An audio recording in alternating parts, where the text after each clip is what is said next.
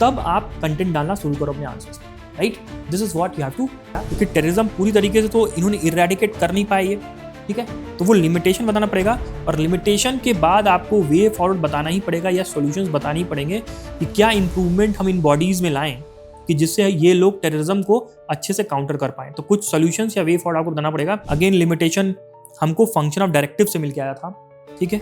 तो अगेन इसमें आप 4 से 5 पॉइंट लिखोगे। एक्सप्लोरिंग फॉर मेंस प्रोग्राम जो आपको इन 3 महीनों में हेल्प करे इंप्रूवमेंट में, तो इस QR कोड के थ्रू व्हाट्सएप नंबर पे हमें आप मैसेज भी कर सकते हो। हमारी तरफ से एक मेंटर का कॉल आएगा, वो आपको गाइड करेंगे कि आप इन 3 महीनों का बेटर यूटिलाइजेशन कैसे कर सकते हो। Hello aspirants, welcome to civils daily free answer writing course. हमारी टीम ने इस कोर्स को स्पेसिफिकली उन स्टूडेंट्स को हेल्प करने के लिए बनाया है जो इस बार मेंस 25 में अपीयर होंगे। Not only them, other aspirants भी जो कि अपनी आंसर राइटिंग को इंप्रूव करना चाहते हैं वो भी इस कोर्स का बेनिफिट ले सकते हैं। This course will include a series of total 5 videos, जहां पे सब्सिक्वेंट वीडियोस के थ्रू हम आपको various aspects of answer writing के थ्रू लेके जाएंगे, उन पे ग्रिप बनवाने की कोशिश करेंगे और फाइनली आप फंडामेंटल्स ऑफ आंसर राइटिंग पे मास्टर कर पाओगे। Now this particular course is going to be game changer for those aspirants जो कि पहली बार मेंस देने वाले हैं in 2025, right. Not only these first timers but veteran aspirants भी अपने फंडामेंटल्स ऑफ आंसर राइटिंग पे ग्रिप बना सकते हैं by watching these videos. Now इस कोर्स में हमने अभी जो रिसेंट के टॉपर्स आए हुए हैं उनके कॉपीज के काफी स्क्रीनशॉट्स यूज किए हैं to back our methods and frameworks. जो भी फ्रेमवर्क्स या मेथड्स आपको हम बता रहे हैं वो टॉपर्स कॉपी से बैक्ड है, यानी कि जो चीजें परफॉर्म की हुई हैं यूपीएससी में एग्जैक्टली वही चीजें आपको हम बताना चाहते हैं जिससे आप बेटर परफॉर्म कर पाओ और अपने लिए एक अच्छा स्कोर मेंस में लेके आ पाओ। नाउ मूविंग ऑन, ये समझते हैं कि ये जो कोर्स है जो कि 5 वीडियोस की एक सीरीज है, इससे आप क्या सीखने वाले हो। नाउ लेट्स अंडरस्टैंड दिस कि जो पहला वीडियो होगा जो कि आज आप देख रहे हो ये होगा स्ट्रक्चरिंग पे। अगर आप ये समझने की कोशिश करो कि UPSC is not all about content, कि आपने बस कंटेंट कॉपी में भर दिया, इट ऑल्सो रिक्वायर्स कि आप उसको प्रेजेंट कैसे करते हो। नाउ टू प्रेजेंट दैट, किसी क्वेश्चन को देखने के बाद उसकी इम्प्लिसिट डिमांड क्या है, उसकी एक्सप्लिसिट डिमांड क्या है, या डायरेक्टिव उसमें क्या बोल रहा है, राइट, उसकी थीम क्या है, ये सारी चीजें आपको पता होनी चाहिए, राइट। डिमांड्स जो हैं क्वेश्चन में वो एक लॉजिकल फ्लो में अरेंज होने चाहिए ताकि जो इवैल्यूएटर पढ़ रहा है वो आपके आंसर से कुछ सेंस बना पाए। So all these things need to be learn, जो आज हम सीखने वाले हैं, right. Now second video would be, जो कि कल रिलीज होगा, that is on the functions of directive, कि आप डायरेक्टिव को कैसे डिकोड कर पाते। जैसे आप जानते होंगे कि directives like analyse, critically analyse या डिस्कस या टू व्हाट एक्सटेंट या डू यू एग्री, ये जो सारे डायरेक्टिव्स हैं, डू यू एग्री, ये जो सारे डायरेक्टिव्स हैं they give you a direction to how to approach the answer. और अगर आपने डायरेक्टिव्स की ही समझ नहीं है तो आप पूरे क्वेश्चंस को ही ढंग से नहीं समझ पाओगे और आपका जो आंसर होगा या तो पेरिफेरल हो जाएगा या डिमांड को एग्जैक्टली मीट नहीं कर रहा होगा। Now to understand that directive पे ग्रिप बनाना इज वेरी इंपॉर्टेंट, तो वो हमारा दूसरा लेक्चर होगा, वीडियो लेक्चर होगा, जो कि कल रिलीज होगा। उसके बाद अगर आप देखेंगे तो थर्ड वीडियो में हम क्या करने वाले हैं, आपको इंट्रोडक्शंस कैसे आप बेटर ले सकते हो वो सिखाने वाले हैं। आपको पता होगा कि एक अच्छा इंट्रोडक्शन लिखना काफी इंपॉर्टेंट होता है because it catches the evaluators eye, और उसका अटेंशन आप ले पाते हो इवैल्यूएटर का, और उसका अटेंशन अगर आप ले पाओगे तो एक पॉजिटिव आउटलुक उसका आपके आंसर की तरफ पड़ता है and you get better marks, right. So how you can apply different frameworks for writing introductions, जो कि हो सकता है सिंगल थीम वाले क्वेश्चन पे या मल्टीपल थीम्स के अगर क्वेश्चन आ रहे हैं उन पे आप कैसे इंट्रोडक्शन लिख सकते हो, या इंटरप्ले वाली थीम्स आ रही हैं उन पे कैसे आप इंट्रोडक्शन लिखोगे। ये सारे फ्रेमवर्क्स आपको हम अपने थर्ड वीडियो में बताने वाले हैं। सिमिलरली फोर्थ वीडियो में हम आपको कैसे आप बेटर कंक्लूजन्स लिख सकते हो वो बताने वाले, राइट। नाउ ये जो चारों वीडियोस बनेंगे इनमें आप जो भी सीखोगे वो आपको GS1, GS2, GS3 और GS4 के जो भी थ्योरी वाले क्वेश्चंस होते हैं 10 क्वेश्चंस, उनमें हेल्प करेगा, राइट। बट जो GS4 में कोटेशन बेस्ड क्वेश्चन होते हैं और केस स्टडीज होती हैं, उनको समझाने के लिए हम 5वां वीडियो लेके आएंगे कि आप वहां कैसे अच्छा परफॉर्म कर सकते हो। वो सारी चीजें हम अपने 5वें वीडियोस में डिस्कस करेंगे। अगर आपको मैं इस 5वें वीडियो की इंपॉर्टेंस बताऊं तो इस बार का जो एथिक्स का हाईएस्ट स्कोरर है वो है शक्ति Dubey, that is rank 1 AIR 1। अगर आप देखेंगे तो उन्होंने पिछले साल से इस साल में, लास्ट ईयर उन्होंने 126 मार्क्स अपने एथिक्स के पेपर में लाए थे, इस साल उन्होंने 141 का हाई स्कोर लाया। तो ये जो इंप्रूवमेंट किया इन्होंने ऑलमोस्ट 15 मार्क्स का, वो अपने कोटेशन बेस्ड क्वेश्चन में इंप्रूवमेंट लाके और केस स्टडीज में इंप्रूवमेंट लाके किया, राइट। तो आपके लिए भी ये बहुत इंपॉर्टेंट वीडियो होने वाला है, तो आप इसको जरूर से देखिएगा और बिल्कुल मिस मत कीजिएगा। ऑल्सो मैंने शक्ति दुबे पे एक वीडियो बनाई हुई है, that is how she has improved from 126 marks to 141 marks कैसे लाया। वो यूट्यूब पे ऑलरेडी अवेलेबल है, आप चाहें तो उसको भी देख सकते हैं, राइट। नाउ बिना टाइम वेस्ट किए जो आज का जो लेक्चर वीडियो लेक्चर होने वाला है वो किस पे होने वाला है, structuring of different types of question. Now UPSC अलग अलग तरीके के क्वेश्चन पूछता है। फॉर एग्जाम्पल आप देखोगे स्टेटमेंट बेस्ड क्वेश्चन पूछेगा, राइट। कभी कभी ऐसे क्वेश्चन होते हैं जो स्टेटमेंट के साथ आगे भी कंटिन्यू कर रहे हैं एक्सप्लिसिट डिमांड्स के साथ। कई कई क्वेश्चन डायरेक्टली डायरेक्टिव्स के साथ ही आ जाते हैं कि क्रिटिकली एग्जामिन, एनालाइज। और कभी कभी बहुत सारे क्वेश्चन बहुत डायरेक्ट होते हैं। For example what is EI, how it can be learn, तो बहुत डायरेक्ट पूछा हुआ है, जो भी एक्सप्लिसिटली पूछा हुआ है। तो हर एक क्वेश्चन को स्ट्रक्चर करने के लिए आपको अलग अलग फ्रेमवर्क्स लगाने पड़ेंगे, राइट। तो इसको समझते हैं कि स्ट्रक्चर हम कैसे कर सकते हैं किसी भी टाइप के क्वेश्चन को, राइट। तो जनरली एक क्वेश्चन जब एक स्टूडेंट के सामने आता है तो what the student does is कि वो उसका इंट्रो, बॉडी, कंक्लूजन लिखने में लग जाता है।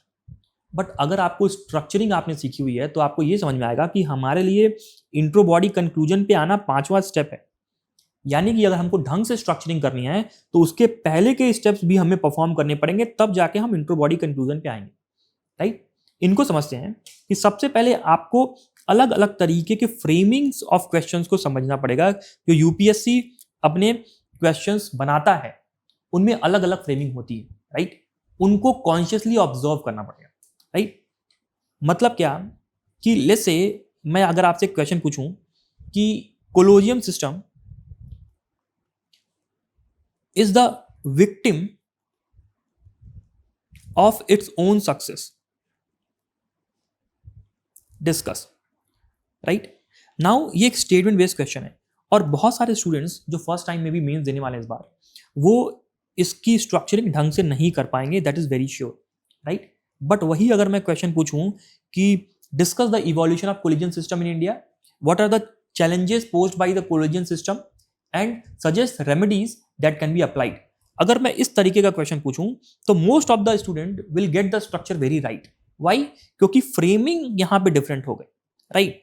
तो यानी कि यूपीएससी की फ्रेमिंग कुछ भी हो, हमें उसका क्वेश्चन का स्ट्रक्चर करना ढंग से आना चाहिए, that we will be learning in today's video, right. तो सबसे पहले हम सारे तरह की फ्रेमिंग को कॉन्शियसली क्या करेंगे, आइडेंटिफाई करेंगे, राइट। सारे तरह के क्वेश्चंस की फ्रेमिंग को कॉन्शियसली आइडेंटिफाई करेंगे। दूसरा, हर एक क्वेश्चन में हमको थीम और डिमांड निकालना है, राइट। थीम डिमांड अप्रोच लगाना है,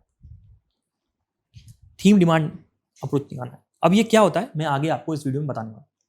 और थीम डिमांड में भी हम इम्प्लिसिट और एक्सप्लिसिट डिमांड दोनों निकालने की कोशिश करेंगे, राइट। नाउ थीम और डिमांड निकालने के बाद हमारा जो तीसरा स्टेप होता है वो क्या होता है कि हमको डायरेक्टिव का फंक्शन समझना पड़ेगा कि क्वेश्चन में डायरेक्टिव क्या है, डिस्कस लिखा है या क्रिटिकली एनालाइज लिखा है, राइट। क्रिटिकली एनालाइज लिखा है या कुछ भी, let's say do you agree लिखा हुआ है या जो भी लिखा हुआ है, we have to understand the function of directive. Directive क्या करता है, आपको हिडन डिमांड जो भी है वो बताता है, राइट। या बियॉन्ड डिमांड जाना है या नहीं जाना है वो सारी चीजें बताता है, right. All these things are told by directives, right. चौथा अगर आप देखेंगे the fourth step is what, कि डिमांड का कोर और नॉन कोर पार्ट भी आपको आइडेंटिफाई करना पड़ता है, राइट। Core and non core part. Now core and non core part से मेरा क्या मतलब है कि कोर पार्ट को आप ज्यादा वेटेज देते हो, स्पेस देते हो डिस्कस करने के लिए, उसमें ज्यादा पॉइंट लिखते हो। नॉन कोर पार्ट में आप क्या करते हो, कम पॉइंट लिखते हो, मे बी आप उसको डायग्राम के साथ ही हब एंड स्कोप डायग्राम बना के डील कर सकते हो, राइट। सो ये सारी चीजें आइडेंटिफाई आप पहले ही करोगे, तब जाके आप अपने आंसर में इंट्रो बॉडी कंक्लूजन लिखोगे, right. This is intro, this is body, right, this is again body and this is conclusion. तब जाके आपका 5वां स्टेप होता है इंट्रो बॉडी कंक्लूजन का। और इसको हम आज करके देखेंगे, वेरियस टाइप्स ऑफ क्वेश्चन पे इसको अप्लाई करने की कोशिश करेंगे और लास्ट डिटेल तक इसको समझने की कोशिश करेंगे। आगे बढ़ते हैं। तो हमारी टीम ने लगभग पिछले 3 से 5 साल के क्वेश्चंस देखे और जनरली जो हमने एक कैटेगराइजेशन निकाला, जिस तरीके का यूपीएससी क्वेश्चन पूछता है वो मोस्टली इन 4 तरीके के क्वेश्चन पूछता है।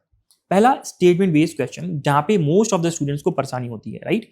मोस्ट ऑफ द स्टूडेंट्स को जो है यहाँ पे पेन एरिया उनके लिए है। तो स्टेटमेंट बेस्ड क्वेश्चन की स्ट्रक्चरिंग कैसे करेंगे वो भी हम सीखने वाले हैं आज।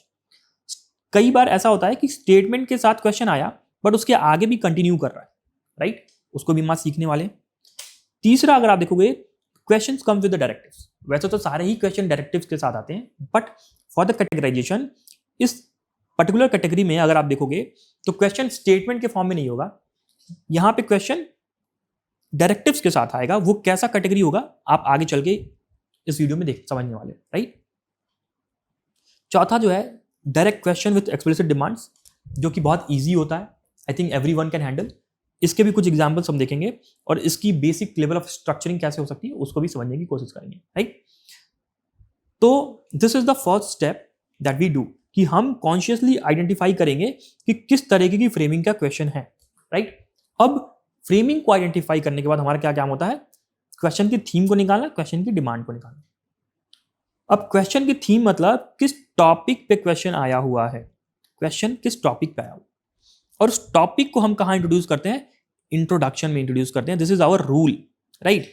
यहां लिखा हुआ है a good principle to follow, क्या कि आप क्वेश्चन की थीम को निकालो, क्वेश्चन की थीम मतलब क्वेश्चन के टॉपिक को निकालो और टॉपिक को आप इंट्रोड्यूस करो कहां पे, इंट्रोडक्शन में,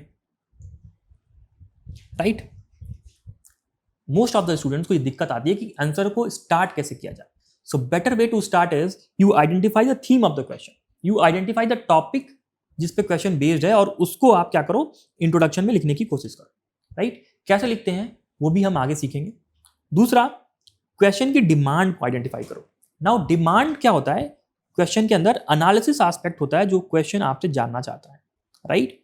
अब उस कितने डिमांड्स हैं वो सारे आपको आइडेंटिफाई करने पड़ेंगे, इम्प्लिसिट है या एक्सप्लिसिट है वो सारे आपको आइडेंटिफाई करने पड़ेंगे, कोर है या नॉन कोर है वो भी आपको आइडेंटिफाई करना पड़ेगा। और डिमांड्स को आप कहाँ यूज करते हो, बॉडी के अंदर लिखते हो, राइट, बॉडी के अंदर लिखते हो। And then you write the conclusion और way forward, it depends, right. जब हम कंक्लूजन वाली वीडियो देखेंगे तब वहां पे हम समझने की कोशिश करेंगे कि बेटर कंक्लूजन कैसे लिख सकते हैं। सो this is the theme demand approach. Moving on, theme और डिमांड को आइडेंटिफाई करने के बाद आपको डायरेक्टिव्स का भी फंक्शन पता होना चाहिए, राइट। क्वेश्चन देखने के बाद आपने फ्रेमिंग समझी, फ्रेमिंग के बाद आपने टॉपिक देखा कि किस टॉपिक पे क्वेश्चन है, क्या क्या डिमांड्स पूछे हैं वो आपने आइडेंटिफाई किया, बट क्वेश्चन में सारे डिमांड्स आपको एक्सप्लिसिटली नहीं दिखेंगे। UPSC plays you blind for certain things, तो आपको डायरेक्टिव्स के थ्रू भी कुछ कुछ हिडन डिमांड्स को निकालना पड़ेगा। फॉर एग्जाम्पल, अगर आपको क्रिटिकली एनालाइज पूछा हुआ है तो आपको पता होगा कि आपको पॉजिटिव और निगेटिव यानी कि both side of the argument को डिस्कस करना पड़ता है, right. So both side of the argument, that is positive and negative, अगर पॉजिटिव पूछा हुआ है तो negative is hidden in the critically analyse, right. तो ये डायरेक्टिव का ही फंक्शन होता है कि वो आपको हिडन डिमांड्स यानी कि इम्प्लिसिट डिमांड्स को भी हम बोल सकते हैं उसको, वो आइडेंटिफाई करने में मदद करता है। दूसरा, आपको डायरेक्टिव ये भी बताता है कि बियॉन्ड डिमांड जाना है कि नहीं। जैसे डायरेक्टिव लाइक डिस्कस, अगर आप देखोगे तो जनरली डिस्कस में आपको टॉपिक का एक कॉम्प्रिहेंसिव अंडरस्टैंडिंग देनी होती है, तो डिमांड्स के बियॉन्ड भी जाके हम कुछ अदर एस्पेक्ट्स को भी डिस्कस करते हैं, राइट। तो ये भी आपको डायरेक्टिव के फंक्शन से ही पता चलने वाला है। ऑल्सो डायरेक्टिव आपको क्या बताता है कि how much of page space has to be allocated to one particular demand, right. यानी कि 50-50 अप्रोच लगाना है, 60-40 अप्रोच लगाना है, 70-30 अप्रोच लगाना है, ये सारी चीजें आपको डायरेक्टिव के फंक्शन से पता चलती है, राइट। और भी अदर चीजें भी हैं जो हम डायरेक्टिव का वीडियो बनाएंगे डिटेल में, दैट इज वीडियो 2, तो वहां पे आपको बेटर अंडरस्टैंडिंग मिलेगी, राइट। बट आज आप बहुत सारे डायरेक्टिव से इंट्रोड्यूस हो जाओगे, आपको एक बेसिक अंडरस्टैंडिंग ऑफ डायरेक्टिव्स जरूर समझ में आ जाएगी, ताकि जब आप वीडियो 2 देखोगे इस सीरीज का, आपको वहां पे अंडरस्टैंडिंग एक कॉम्प्रिहेंसिव लेवल में चीजों की मिलेगी, राइट। आगे बढ़ते हैं और अब हम अलग अलग तरीके के जो भी क्वेश्चंस हैं उनकी स्ट्रक्चरिंग को देखेंगे और करने की कोशिश करेंगे। कुछ असाइनमेंट्स भी होंगे जो आपको करके हमें भेज देंगे, राइट। Let's move. तो जो तो फर्स्ट टाइप ऑफ क्वेश्चन है it's statement based question, right. अब आपको स्क्रीन पे अगर आप देखोगे ये सारे स्टेटमेंट बेस्ड क्वेश्चन है, यहां पे भी और यहां पे। नाउ अगर मैं आपको कॉन्शियसली आइडेंटिफाई कराने की कोशिश करूं इन स्टेटमेंट बेस्ड क्वेश्चन को और मैं जूम कर पाऊं यहां पे, तो अगर आप देखोगे now this is a statement और डायरेक्टिव क्या लिखा हुआ है, elucidate, right. The growth of the cabinet system has practically resulted in the marginalisation of parliamentary supremacy. अब ये स्टेटमेंट बेस्ड क्वेश्चन है जिसको डायरेक्टिव कहा है इसके साथ इल्यूसिडिएट, राइट। दूसरा अगर आप देखोगे इस बार का जो GS2 का जो क्वेश्चन आया हुआ है यहाँ पे, public charitable trust have the potential to make India's development more inclusive as they relate to certain vital public issues comment.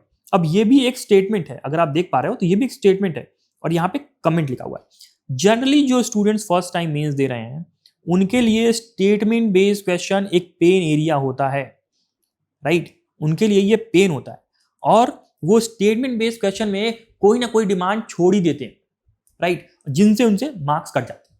अगर आप देखोगे अगेन यहां पे भी एक स्टेटमेंट बेस्ड क्वेश्चन है जहां पे डायरेक्टिव डिस्कस है। तो इन स्टेटमेंट बेस्ड क्वेश्चन को कैसे डील किया जाए ये आज हम सीख जाएंगे। तो all these are let's say ये 2023 का क्वेश्चन हुआ है, यहाँ पे ये GS4 का 2023 का क्वेश्चन है, ये GS1 का 2023 का क्वेश्चन है, right. So all these questions are what, statement based question. Now let's understand कि स्टेटमेंट बेस्ड क्वेश्चंस को डील कैसे करना है, right. So this is very important for you, let's dive in now, ठीक है। तो हमने यहां से ये क्वेश्चन उठा लिया, let's say this is the statement based question, और नाउ मूविंग ऑन और समझते हैं कि हम कैसे एक स्टेटमेंट बेस्ड क्वेश्चन को स्ट्रक्चर कर सकते हैं अच्छी तरीके से, राइट। तो सबसे पहले मैंने आपको बताया कि आपको कॉन्शियसली जो है फ्रेमिंग आइडेंटिफाई करनी पड़ेगी किसी भी क्वेश्चन की। तो हम पर्टिकुलरली अभी स्टेटमेंट बेस्ड क्वेश्चन की बात कर रहे हैं, तो फ्रेमिंग हम स्टेटमेंट बेस्ड क्वेश्चन की कर रहे हैं, तो फ्रेमिंग तो हमको पता ही है, right. Now the second step which I told you कि आपको थीम और डिमांड को आइडेंटिफाई करना पड़ेगा किसी भी क्वेश्चन के, राइट। अब जो थीम और डिमांड होता है ना, थीम क्या होता है, टॉपिक किस पे क्वेश्चन बेस्ड है। अगर आप देखोगे तो इस क्वेश्चन को पढ़ो, public charitable trust, right, have the potential to make India's development more inclusive as they relate to certain vital public issues। यानी कि जो टॉपिक है हमको क्या मिल के आ रहा है, पब्लिक चैरिटेबल ट्रस्ट मिल के आ रहा है, राइट। मैं शॉर्ट फॉर्म में लिख रहा हूं। अब इस टॉपिक को हम कहां इंट्रोड्यूस करेंगे, इंट्रोडक्शन के अंदर इंट्रोड्यूस करेंगे। दैट इज आवर रूल कि हम थीम को हमेशा कहां लिखते हैं, इंट्रोडक्शन में लिखते हैं, ठीक है। अगर आप डिमांड देखने की कोशिश करोगे स्टेटमेंट बेस्ड क्वेश्चन में, तो यहां आपको कैच है कि स्टेटमेंट बेस्ड क्वेश्चन में कभी भी जो डिमांड्स होती है ना वो एक्सप्लिसिट नहीं होती हैं। ये आप नोट करके रख लो कि एक्सप्लिसिट नहीं होती, यानी कि आपको डिमांड जो है वो सारी क्या होंगी, इम्प्लिसिट होंगी। और इम्प्लिसिट डिमांड को आइडेंटिफाई कैसे करेंगे, उसके लिए आपका जो फ्रेमवर्क होता है कि आपको इसी स्टेटमेंट बेस्ड क्वेश्चन को ब्रेक करना होगा, कैसे, into multiple analysis part, into multiple analysis part, right. तो मैं ये कहना चाहता हूं कि इस पूरे क्वेश्चन में एक्सप्लिसिट डिमांड्स नहीं, बस स्टेटमेंट है। तो स्टेटमेंट बेस्ड क्वेश्चन में आपको डिमांड एक्सप्लिसिट मिलेगी नहीं, सारी डिमांड्स क्या होंगी, इम्प्लिसिट होंगी। इम्प्लिसिट डिमांड को आइडेंटिफाई करने के लिए इसी स्टेटमेंट को आपको ब्रेक करना पड़ेगा इनटू मल्टीपल एनालिसिस पार्ट। ये मल्टीपल एनालिसिस पार्ट बहुत इंपॉर्टेंट है, आप किसी तरह भी ब्रेक नहीं कर सकते। आप क्वेश्चन को ऐसे ब्रेक नहीं कर सकते कि मीनिंग ही पूरी डिस्टॉर्ट हो जाए, आपको एनालिसिस पार्ट पे ब्रेक करना होगा। और इसको करना मतलब क्या, आपके पास एकेडमिक डेप्थ होनी चाहिए, ठीक है, एकेडमिक डेप्थ होनी चाहिए, राइट। नाउ ब्रेक करने की कोशिश करते हैं और देखते हैं कि कैसे इसको हम कर सकते हैं। अगर आप देखोगे तो public charitable trust have the potential to make India development process more inclusive, यानी कि अगर आप इसको पकड़ोगे तो यहां से आपको एक डिमांड मिल के आ रही है, क्या, फर्स्ट डिमांड क्या आ रही है कि रोल पूछना चाह रहा है आपसे पब्लिक चैरिटेबल इंस्टीट्यूशन का, किसमें, कि डेवलपमेंट प्रोसेस को इंक्लूसिव करने में, ठीक है, डेवलपमेंट प्रोसेस को इंक्लूसिव करने में क्या पब्लिक चैरिटेबल ट्रस्ट का रोल है।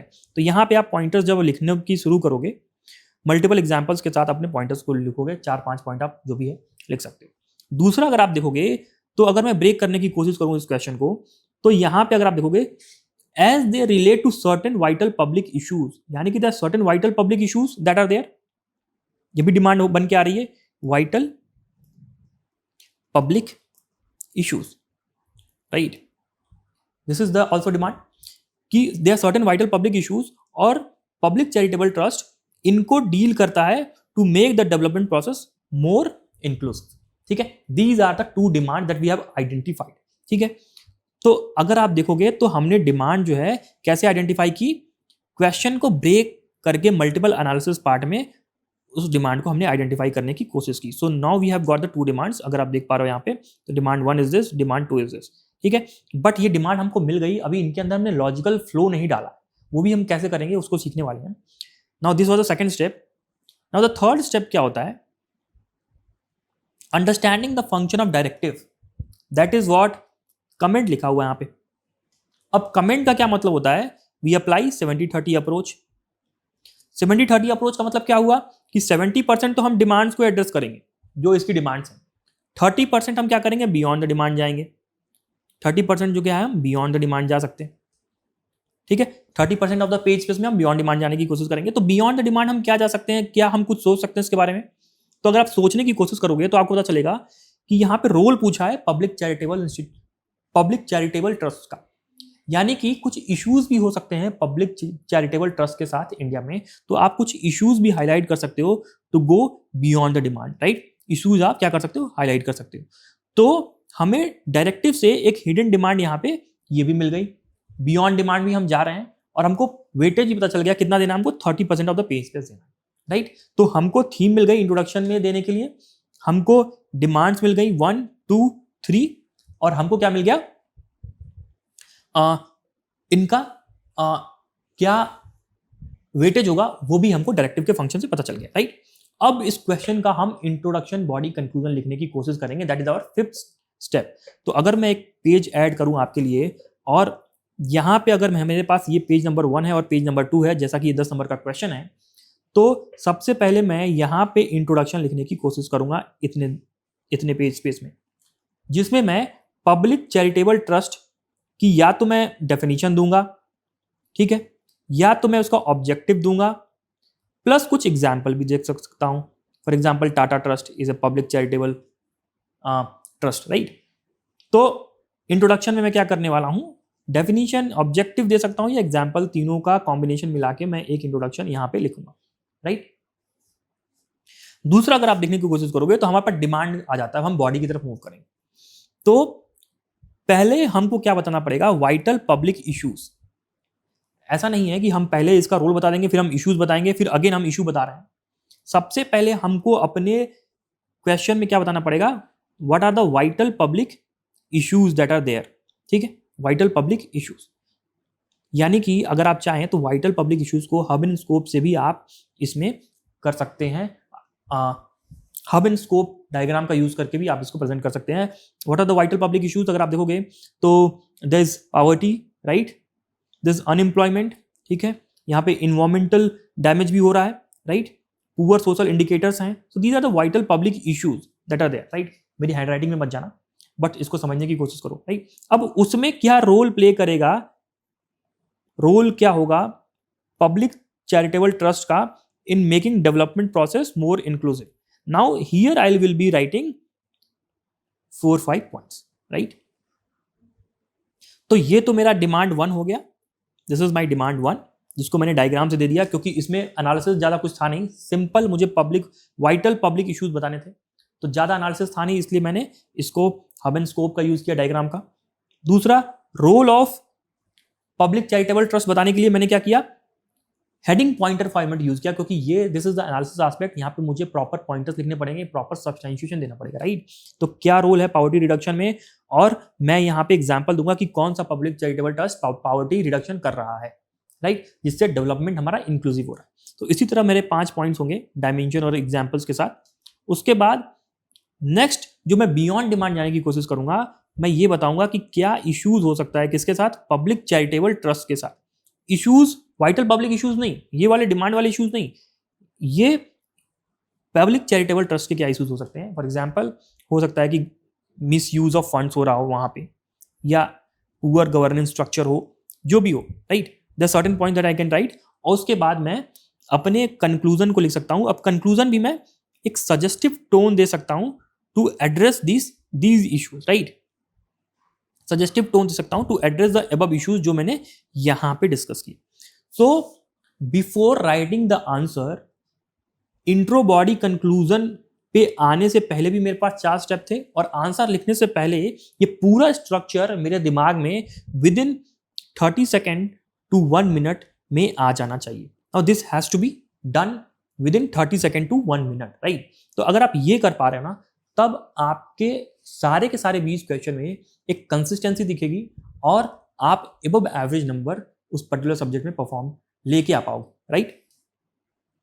अगर मैं आगे बढ़ के आपको एक और क्वेश्चन का एग्जांपल दूं, ओके, सो आई होप कि आपको ये समझ में आया होगा कि किस तरीके से हमने इस स्टेटमेंट बेस्ड क्वेश्चन को डील किया।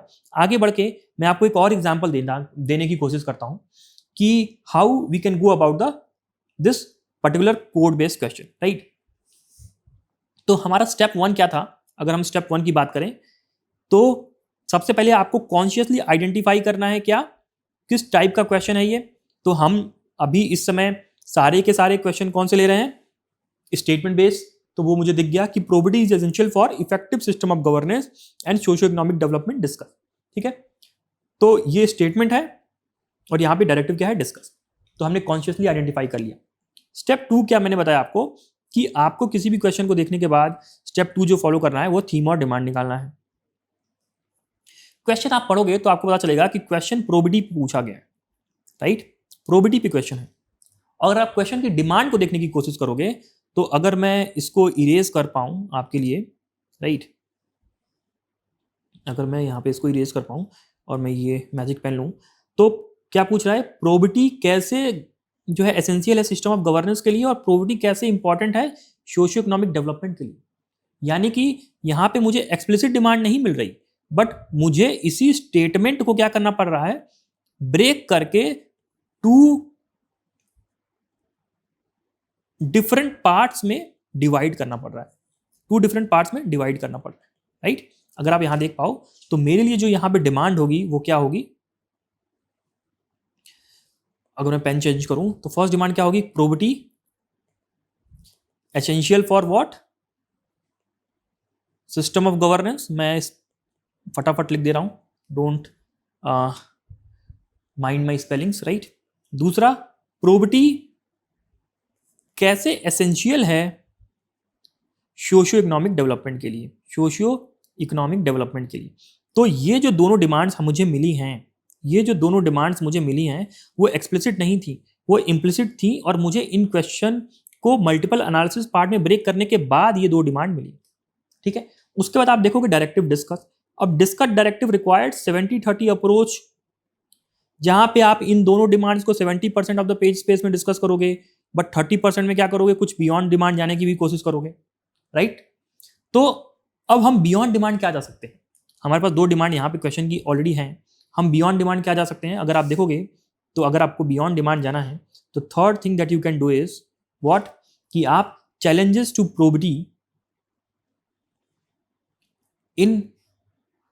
प्रोबेबिलिटी इन गवर्नेंस पे आप बात कर सकते हो, राइट, इन गवर्नेंस बात कर सकते हो, एंड देन आप कंक्लूड कर सकते हो with some suggestive tone, right. तो हमने क्या किया कि हमने स्टेप 1 हमारा ऑलरेडी सारे स्टेटमेंट बेस्ड क्वेश्चन हम ले रहे हैं। Step 2 is what? Theme demand approach. Step 3 is what? हमारा डायरेक्टिव, जहां पे 70-30 अप्रोच लगा के हमने क्या किया? 70% हम कोर डिमांड्स को डिस्कस करेंगे, 30% हम बियॉन्ड डिमांड जाएंगे। तो हमने स्टेप 4 भी क्या लगा दिया? स्पेस मैनेजमेंट भी लगा दिया। अब स्टेप 5 क्या है हमारा? IBC, इंट्रो बॉडी कंक्लूजन लिखना। Step 5 is what? IBC। अब IBC कैसे लिखेंगे वो मैं आपको ड्रॉ करके इसका स्ट्रक्चर दिखा देता हूं। अगर आप देखोगे तो ये आपके पास, अगर मैं यहाँ पे डिवाइड कर देता हूँ इस पेज को, this is page 1, this is page 2, 2 page जैसे कि यूपीएससी में आपको मिलते हैं। इंट्रो में मैं क्या लिखूंगा? क्योंकि मुझे थीम पता है क्या है, प्रोबेबिलिटी, तो मैं प्रोबेबिलिटी की या तो डेफिनेशन लिखूंगा, राइट, डेफिनेशन दे सकता हूं, या एक्सप्लेनेशन, सिमिलरली वही चीज हो गई। कुछ एग्जाम्पल्स भी प्रोबेबिलिटी के हम दे सकते हैं टू स्टार्ट विथ, राइट। तो combination of any 2 things can be done here. तो ये हमारा यहाँ पे इंट्रोडक्शन ऐसे 3 से 4 लाइन का आ सकता है, ठीक है। नाउ द फर्स्ट डिमांड जो होने वाला है that is D1 that is probity is essential for system of governance. अब आप देखो कि ये जो है एनालिसिस एस्पेक्ट है, इसको आपको हेडिंग पॉइंटर फॉर्मेट में ही डील करना पड़ेगा, आप इसको डायग्राम बना के नहीं बता सकते, राइट। जैसे पिछले क्वेश्चन में वाइटल पब्लिक इश्यूज आप डायग्राम बना के बता सकते थे, बट यहां पे आप ऐसे नहीं कर सकते। अब ये सब आपकी खुद की अंडरस्टैंडिंग होती है, प्रैक्टिस होती है, ठीक है, बट स्ट्रक्चरिंग के लेवल पे हम फ्रेमवर्क लगा सकते हैं। दूसरा आप क्या लिख सकते हो यहां पे D2 क्या लिख सकते हो कि कैसे प्रोबिटी जो है एसेंशियल है किसके लिए, सोशियो इकोनॉमिक डेवलपमेंट के लिए, राइट। अब इसके अंदर भी आप चाहो तो 4-5 पॉइंट लिख सकते हो। Now you write challenges to the probity. इसके अंदर 1 से 2 पॉइंट भी लिखोगे तब भी चलेगा, 3 पॉइंट भी लिखोगे तब भी चलेगा। उसके बाद आप सजेस्टिव टोन के साथ कि कैसे इन चैलेंजेस से आप एड्रेस कर सकते हो, वो सजेस्टिव टोन देके आप आंसर को एंड कर सकते हो। तो आपके पूरे आंसर में you will find a logical flow कि आपने पहले इंट्रो स्टार्ट किया, आपने फिर डिमांड 1 लिखी, डिमांड 2 लिखा, बियॉन्ड डिमांड गए, और उसी जो बियॉन्ड डिमांड गए उसी के साथ सजेस्टिव टोन देके आपने आंसर को एंड किया। तो this is going to be your structure, और आपका पेज स्पेस भी इसी तरीके से अपने आंसर्स में होना चाहिए, right. There are some people what they can do is, for example अगर आप देखोगे तो कुछ लोग क्या कर सकते हैं यहाँ पे कि चैलेंजेस को चाहे तो वो हब एंड स्कोप में बना सकते हैं, चैलेंजेस टू द प्रोबिटी चाहे तो वो हब एंड स्कोप में बना के भी डील कर सकते हैं, क्योंकि ये हम 30% बियॉन्ड द डिमांड जा रहे हैं। इट इज नॉट नेसेसरी कि आप इसको हेडिंग पॉइंटर फॉर्मेट में ही लिखो, but these core aspect has to be dealt in heading pointer format, जहां पे आप डायमेंशंस दोगे और एग्जाम्पल दो, राइट। आई थिंक आप समझ पाए। तो इस तरीके से हमें स्टेटमेंट बेस्ड क्वेश्चंस को एड्रेस करना है। अब हमारे पास एक और क्वेश्चन है, मैं इसको जल्दी से करके बताता हूं आपको ताकि आपको एक बेटर अंडरस्टैंडिंग मिल पाए। उसके बाद हम दूसरे तरीके के क्वेश्चन पे मूव करेंगे, राइट। अगर आप देखोगे अगेन तो स्टेप 1 क्या था, identify different types of framing. तो this is statement based question, जहां पे ये तो स्टेटमेंट है और ये हमारा डायरेक्टिव है डिस्कस, ठीक है। और ये क्वेश्चन GS1 का है, 2024 में आया हुआ है 10 नंबर में। अगर आप इस क्वेश्चन का जो जब आप सेकंड स्टेप पे जाते हो और क्वेश्चन की थीम और डिमांड निकालने की कोशिश करते हो, that is step 2, theme and demand. तो आप देखोगे थीम क्या है इस क्वेश्चन की, marriages, right. Marriage is the theme, intercaste या इंटररिलीजियस उसका कॉन्टेक्स्ट आप दे सकते हो, या आप डेटा दे सकते हो नेशनल फैमिली हेल्थ सर्वे का कि इंटरकास्ट मैरिज और इंटररिलीजियस मैरिजेस कितनी हो रही हैं इंडिया में, राइट। तो उससे आपका कॉन्टेक्स्ट सेट हो जाएगा। थीम इज दिस, जो मुझे इंट्रोडक्शन अब मेरा सेट हो गया कि इंट्रोडक्शन में मैं ये लिखने वाला हूँ, क्योंकि मैंने इंटरकास्ट मैरिजेस थीम आइडेंटिफाई कर ली और उसमें इंटरकास्ट और इंटररिलीजियस का जो है कॉन्टेक्स्ट दे दूंगा मैं इसमें, राइट। दूसरा, अगर आप देखोगे इस क्वेश्चन को, मैं आपके लिए क्वेश्चन पूरा पढ़ देता हूं कि intercaste marriages between caste which have socio economic parities have increased to some extent, but this is less true in interreligious marriages discuss. Question ये कर रहा है कि इंटरकास्ट मैरिजेस जो है वो हो जा रही हैं अगर सोशियो इकोनॉमिक पैरिटी है तो, बट वही चीज अगर सोशियो इकोनॉमिक पैरिटी होने के बावजूद इंटररिलीजियस मैरिजेस नहीं हो रही। तो क्वेश्चन की डिमांड क्या है, फर्स्ट अगर आप देखना चाहोगे, intercaste marriages between cast which have socio-economic parity have increased to some extent, but this is less true of interreligious marriages discussed. तो सिंपली क्वेश्चन यही कहना चाह रहा है कि there is increase in intercaste marriages। पहला डिमांड क्या है कि इंक्रीज हुआ है इंटरकास्ट मैरिजेस में, ठीक है, इंटरकास्ट मैरिजेस में इंक्रीज हुआ है जिसमें सोशियो इकोनॉमिक पैरिटी है, right. But there are low interreligious marriages, वो डिमांड आपकी 2 हो गई कि इंटररिलीजियस मैरिजेस जो हैं वो बहुत कम हो रहे हैं, ठीक है, डिस्पाइट सोशियो इकोनॉमिक पैरिटी, ठीक है। उसके रीजंस क्या हैं? सो this is what the 2 core demands आपको मिलते हैं। कब मिलते हैं? जब आप इन क्वेश्चंस को एनालिसिस एस्पेक्ट में ब्रेक करने की कोशिश करते हो, क्योंकि स्टेटमेंट बेस्ड क्वेश्चन में कोई भी एक्सप्लिसिट डिमांड होती नहीं है, राइट। डायरेक्ट एक्सप्लिसिट डिमांड आपको नहीं मिलने वाली, आपको इम्प्लिसिटली सबको ढूंढना पड़ेगा, और उसके लिए आपको क्या करना पड़ेगा, इसी स्टेटमेंट को मल्टीपल एनालिसिस एस्पेक्ट में ब्रेक करना होगा। तो ब्रेक करने के बाद हमें 2 डिमांड मिली, increase in intercaste marriages which have socio economic parity, that is demand 1। Demand 2 क्या है, low interreligious marriages despite having socio economic parity, that is demand 2, right. अब आप देखोगे क्वेश्चन में डिस्कस भी लिखा हुआ है, यानी कि ये जो डिमांड है 70% तक जाएगा ऑफ द पेज स्पेस, 30% में आप बियॉन्ड द डिमांड भी जाने की कोशिश करोगे।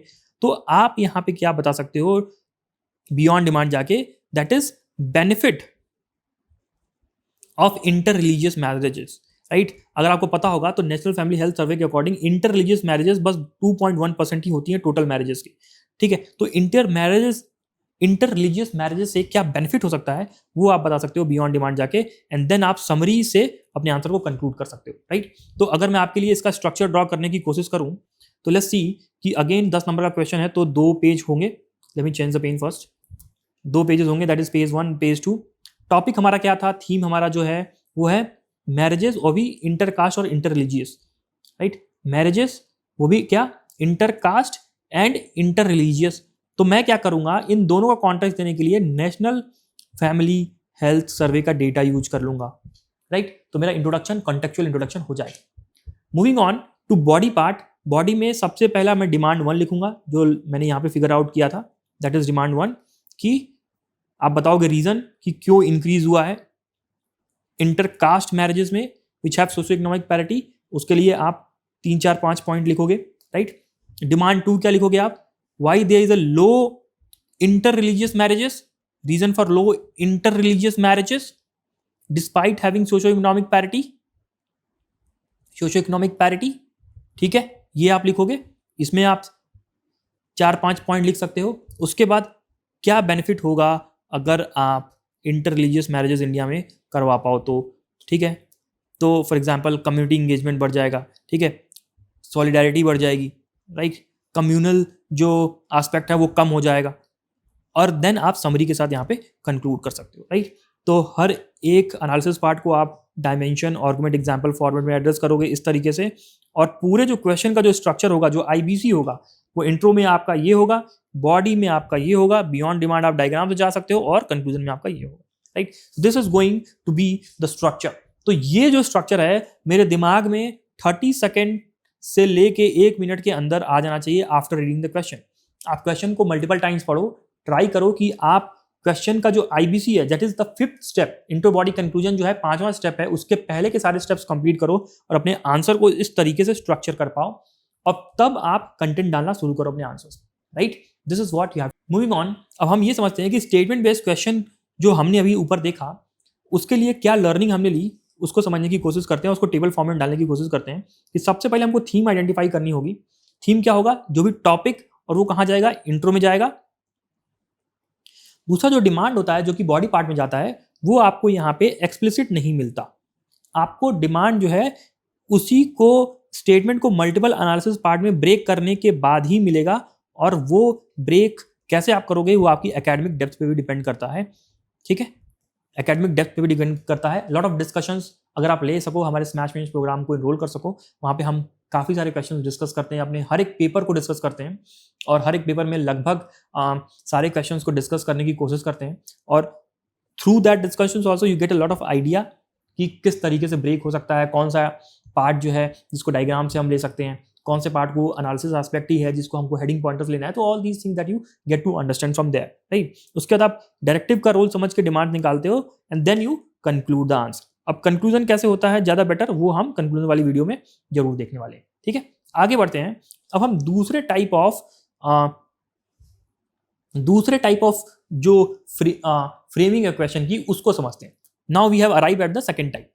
The second type of the framing is what, कि आपको स्टेटमेंट तो मिल ही रहा है, बट स्टेटमेंट के बाद भी क्वेश्चन ना कंटिन्यू हो रहा है विद एक्सप्लिसिट डिमांड्स, ठीक है।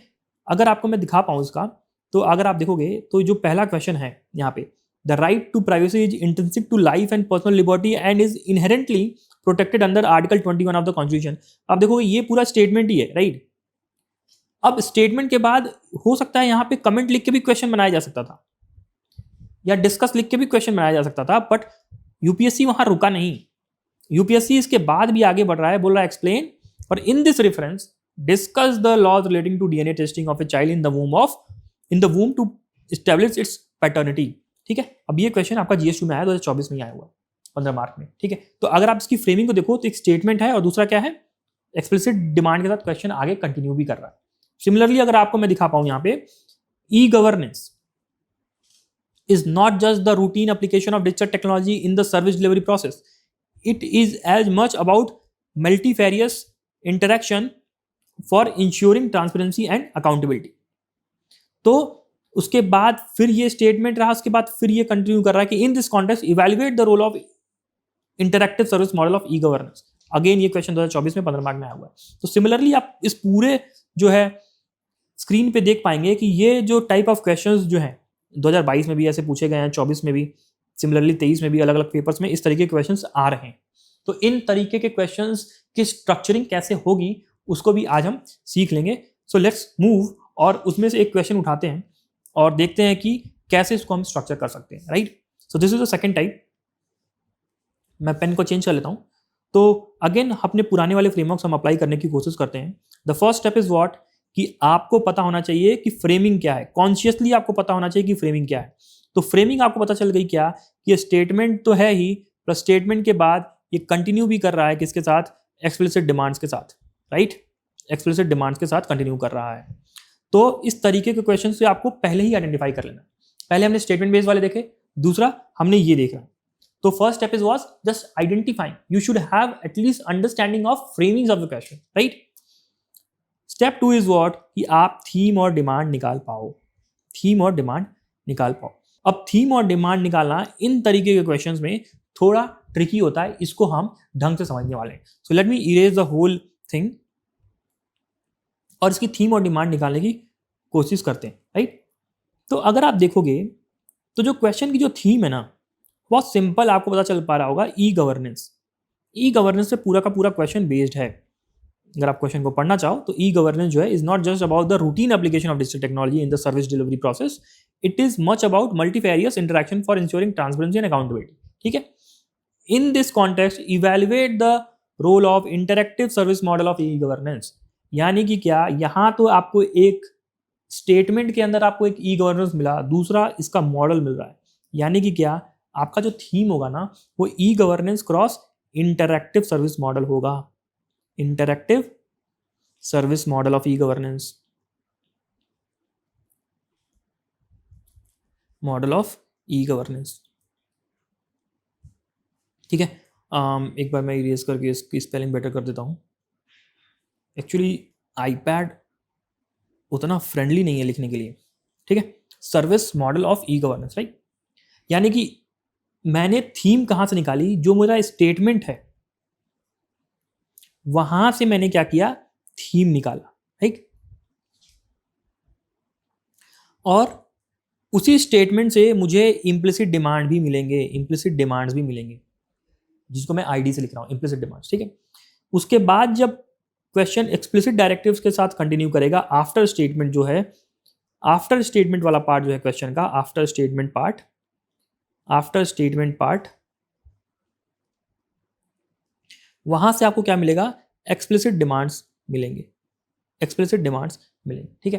तो इसकी थीम और डिमांड को हम आइडेंटिफाई करने की कोशिश करते हैं इस बेसिस पे. राइट. तो अगर आप देखोगे तो हमारे पास क्या है यहाँ पे, कि ई गवर्नेंस हमारी थीम मिल गई, और ई गवर्नेंस में इंट्रोडक्शन में ही अगर हम interactive service model of e governance का थोड़ा सा रेफरेंस दे देंगे तो हमारा इंट्रोडक्शन ज़्यादा बेटर हो जाएगा, कंटेक्चुअल हो जाएगा. ठीक है. डिमांड की अगर हम बात करें तो डिमांड हमारा यहाँ पे क्या होगा, इम्प्लिसिट डिमांड्स होंगे और हमारे एक्सप्लिसिट डिमांड्स होंगे इन तरीके के क्वेश्चंस में. अब आपको इम्प्लिसिट डिमांड्स क्या मिल रहे हैं, ई गवर्नेंस का role in service delivery process. Right. यानी कि ई गवर्नेंस का रोल इन सर्विस डिलीवरी. ठीक है. This is implicit demand 1, that is ID1. ID1 लिख देता हूं मैं. ठीक है. और ID2 भी है यहाँ पे, इम्प्लिसिट डिमांड 2 भी है. क्या है, आपको जो स्टेटमेंट से मिलेगा कि ई गवर्नेंस का role in ensuring transparency and accountability. यानी कि ई गवर्नेंस का रोल क्या होगा, इन ट्रांसपेरेंसी एंड अकाउंटेबिलिटी. इसको मैं शॉर्ट फॉर्म में लिख दे रहा हूँ. ये तो हमारे क्या हुए, इम्प्लिसिट डिमांड्स हुए सिर्फ और सिर्फ. उसके बाद हमें एक्सप्लिसिट डिमांड्स भी ढूंढने होंगे, जो कि मैं यहाँ पे ईडी से नोटिस कर रहा हूँ. अब यहाँ क्या पूछ रहा है, in this context evaluate the role of interactive service model of e governance. यानी कि एक्सप्लिसिट डिमांड क्या है हमारा, role of interactive service model of e governance. Right. ये हमारा क्या है, एक्सप्लिसिट डिमांड. ठीक है। Now this was the second step कि हमने थीम और डिमांड निकाला। थीम हमारा मिल गया, डिमांड हमारा इम्प्लिसिट और एक्सप्लिसिट के बीच में डिवाइड होगा। इम्प्लिसिट डिमांड हमको स्टेटमेंट से मिलेगी और एक्सप्लिसिट डिमांड हमको आफ्टर द स्टेटमेंट वाले पार्ट से मिलेगी, राइट। अब हमारा जो तीसरा स्टेप था फंक्शन ऑफ डायरेक्टिव को समझने का। अगर आप इस क्वेश्चन को देखोगे, late me erase few things from here. अगर आप इस क्वेश्चन को देखोगे तो यू विल फाइंड कि डायरेक्टिव जो लिखा है इवैल्यूएट। अब इवैल्यूएट जब भी पूछा जाता है you have to discuss positives and negatives both, यानी कि आपको both side of the argument discuss करना पड़ता है। यानी कि रोल तो पूछा ही पूछा है, बट आगे डायरेक्टिव क्या लगा दिया, इवैल्यूएट। यानी कि जो ED1 था वो हमारा रोल हो गया। ED2 क्या होगा कि क्या चैलेंजेस आ रहे हैं इंटरैक्टिव सर्विस मॉडल में ऑफ ई गवर्नेंस में, वो भी आपको बताना पड़ेगा, क्योंकि आपको other side of the aspect भी बताना है, राइट। और उसके बाद चैलेंजेस बताने के बाद आपको एक छोटा सा वे फॉरवर्ड देना पड़ेगा to deal with the challenges and then you can conclude. Way forward देना पड़ेगा and then you can conclude. तो इसकी जो स्ट्रक्चरिंग होगी वो ऐसे होगी। अब मैं इसका IBC बना के आपको दिखा देता हूँ। Let me just add a page for you, और मैं इसका इंट्रो बॉडी कंक्लूजन आपको बना के दिखाता हूँ पेपर में। तो अब ये 15 नंबर का क्वेश्चन है। तो अगर आप देखोगे तो 15 नंबर का क्वेश्चन जो है 3 पेजेस चाहिए होता है, that is 1, that is 2, that is 3। तो इंट्रोडक्शन में अगर आप चाहो तो directly interactive service model of e governance बता सकते हो, यहाँ पे एक्सप्लेन कर सकते हो, this much of page space will be required. या ई गवर्नेंस की एक स्टैंडर्ड डेफिनेशन वर्ल्ड बैंक की बता सकते हो और कुछ एग्जांपल्स दे सकते हो ई गवर्नेंस का अपने इंट्रोडक्शंस में, राइट। तो this will be your introduction here, ठीक है। उसके बाद बॉडी में आएंगे तो बॉडी में हमारे पास 2 इम्प्लिसिट डिमांड है। मेक श्योर कि आपका जो इम्प्लिसिट डिमांड है ना, सेकंड पेज का 20% से ज्यादा ना ले, सेकंड पेज का 20% से ज्यादा ना ले, right. Make this a thumb rule, ठीक है।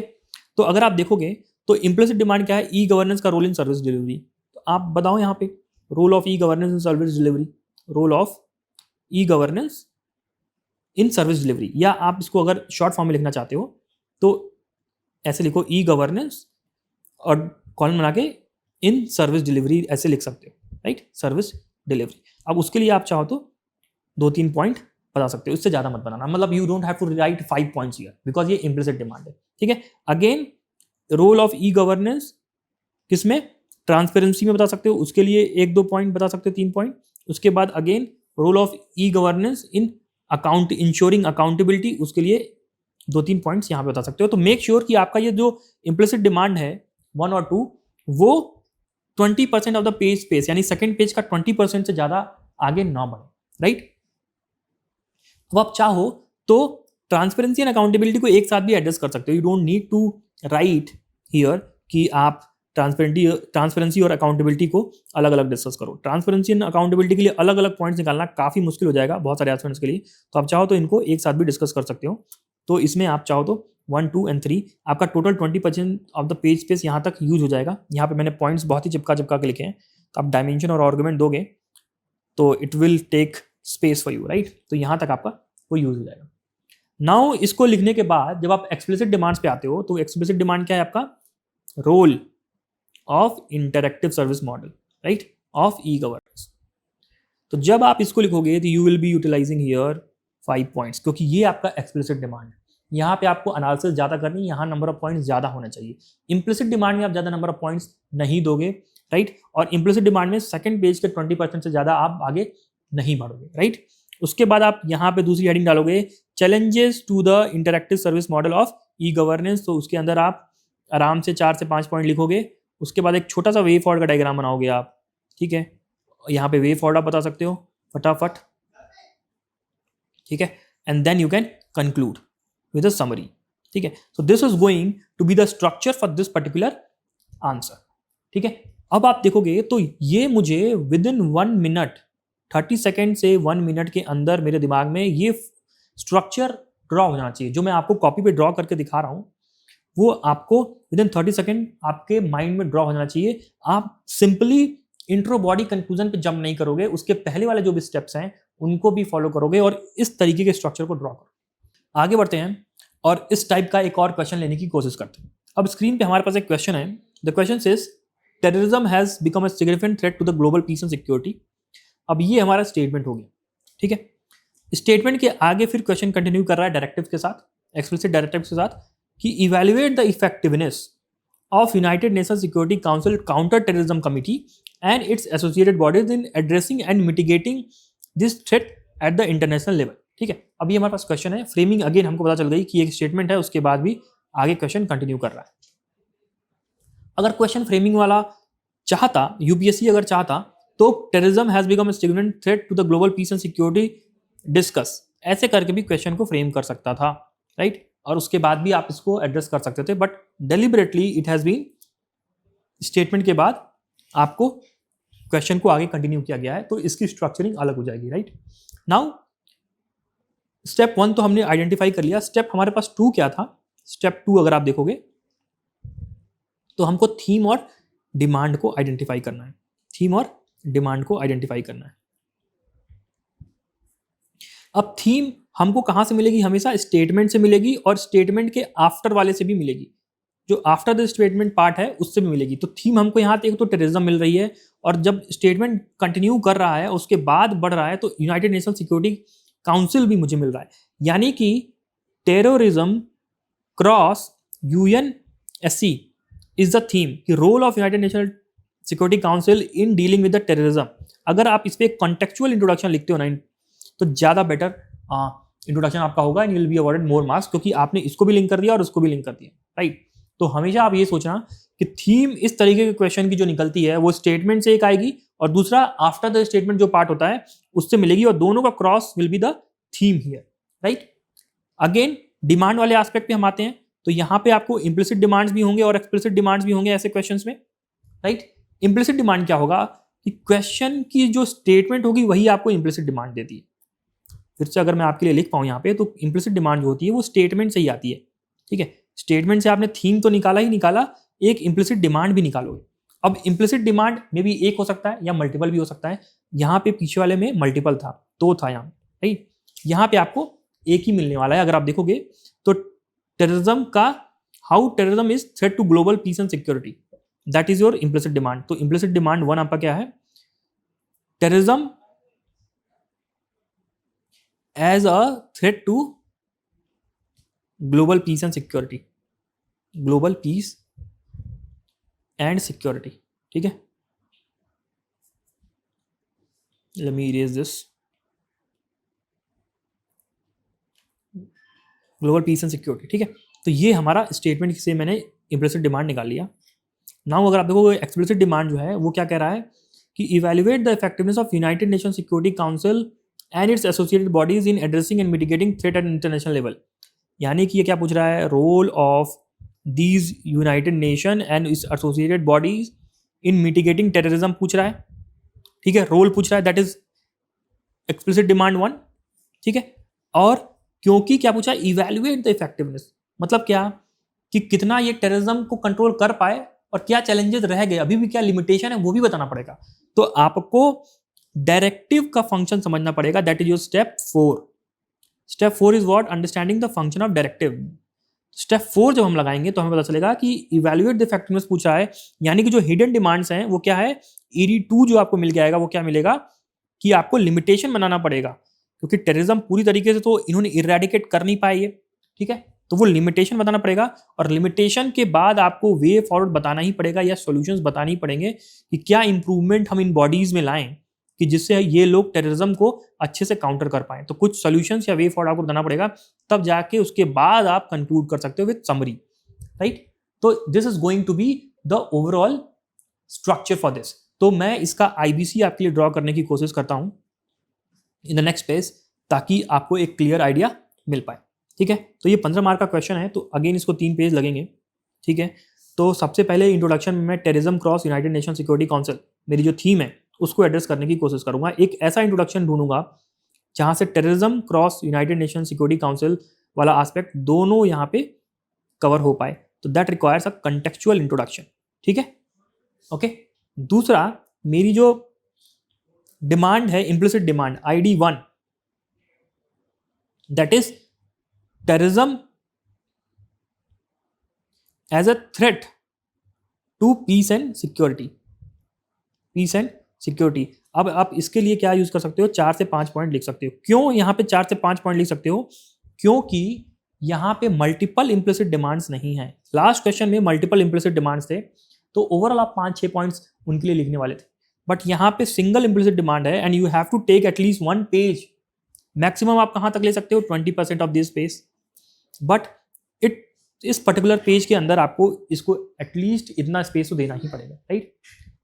तो अगर आप देखोगे टेररिज्म कैसे थ्रेट है पीस एंड सिक्योरिटी के लिए, क्योंकि ये पॉलिटिकल इंस्टेबिलिटी लेके आता है, that would be 1 point. Economic disruption कर सकता है, ठीक है, एंड मेनी मोर पॉइंट्स।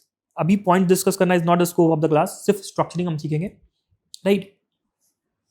तो this is the implicit demand 1, ठीक है। उसके बाद आप अपनी एक्सप्लिसिट डिमांड्स के साथ चालू करोगे, तो जितना भी पेज स्पेस आपने यूज किया, एटलीस्ट ये पेज तो आप यूज करोगे ही करोगे, first page for the implicit demand.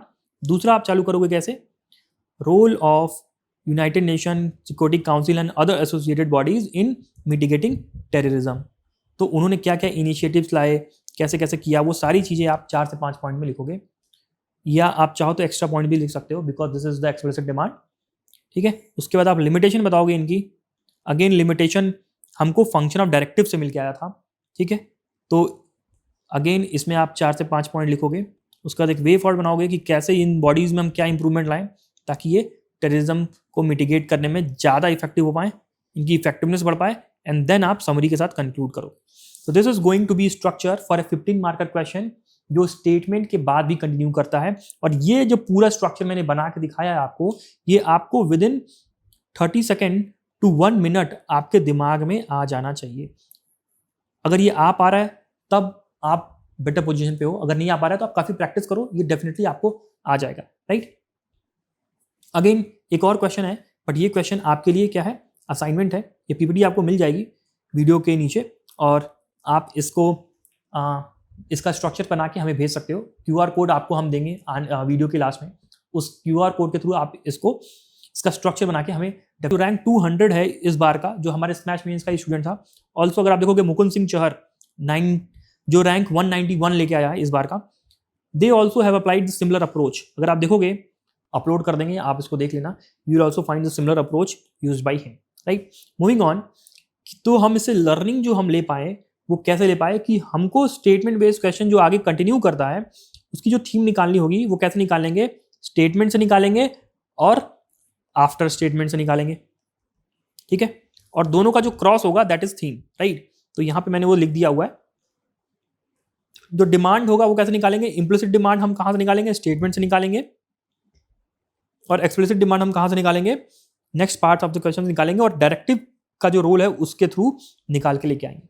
सो अगर आप चाहो तो यहाँ पे इसका स्क्रीनशॉट भी ले सकते हो, या इसको नोट भी कर सकते हो अपनी कॉपी में, राइट। नोट बना सकते हो, और सिमिलर फ्रेमवर्क्स को यूज करने की कोशिश करना जब आप आंसर राइटिंग कर रहे हो तो, राइट।